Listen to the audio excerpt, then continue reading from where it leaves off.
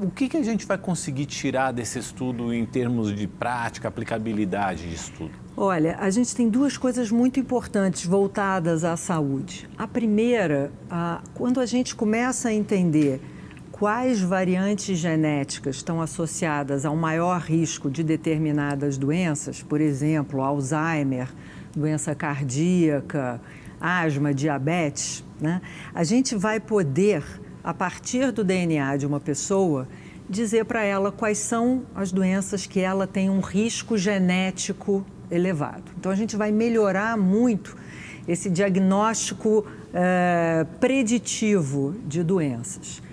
Isso pode ter um impacto enorme em saúde pública, porque você sabendo, por exemplo, que você tem uma tendência à doença cardíaca, você não vai fumar, ninguém deve fumar, mas você em especial não vai fumar, vai fazer exercício, não vai comer gordura e vai tomar uma série de medidas sobre o seu estilo de vida que podem prevenir até o aparecimento daquela doença. Isso vale também não só para o indivíduo, mas também para um grupo populacional, ou isso é bem individualizado? Você tem uma coisa individualizada, mas a gente pode vir a descobrir variantes genéticas associadas a determinadas doenças que sejam mais frequentes na nossa população.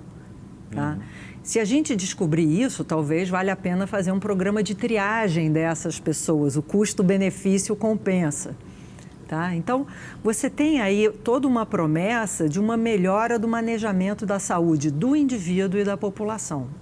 Então, você tem esse lado do diagnóstico. Outra coisa é a gente poder, a partir das descobertas que a gente faz, a gente poder desenvolver medicamentos novos, mais inteligentes. Tá? Eu vou dar um exemplo clássico nessa área. Estudando-se algumas famílias que tinham o colesterol muito baixo, um grupo de pesquisadores há bastante tempo descobriu que eles tinham esse colesterol muito baixo porque eles tinham uma alteração num gene lá específico que faz uma proteína com o nome PSK, tá? Vou poupar a audiência do nome. Bom, então eles descobriram o seguinte, quem não produz essa proteína tem colesterol baixo. Isso descobriu-se analisando esse genoma.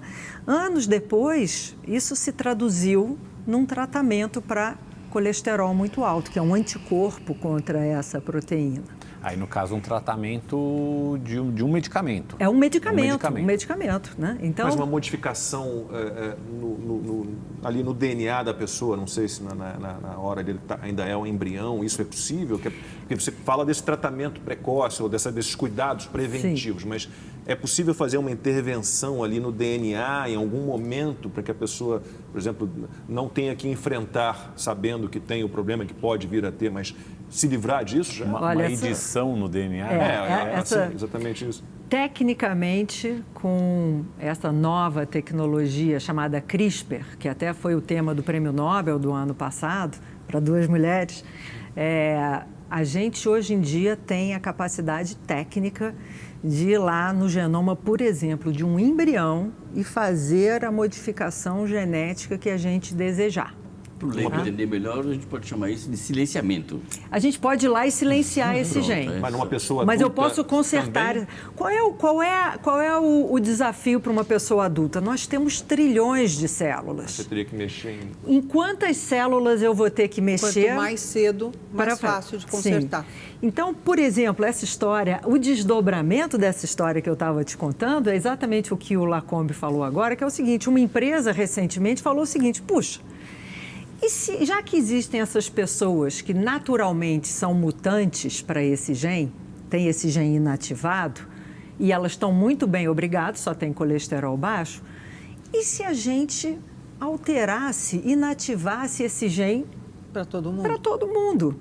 E esse é um gene que funciona só no fígado. Então, se eu conseguir modificar esse gene nas células do fígado do indivíduo, pode ser que isso seja o suficiente para essa pessoa ter sempre colesterol baixo. Isso parece ficção científica. Eles já conseguiram fazer isso em camundongo e já conseguiram fazer isso em macaco. Né? Então, esse é o caminho da ciência, é o caminho responsável. Você vai fazendo isso em modelos animais, vendo, primeiro, que funciona, segundo, que não faz mal nenhum. para eventualmente você passar para pacientes.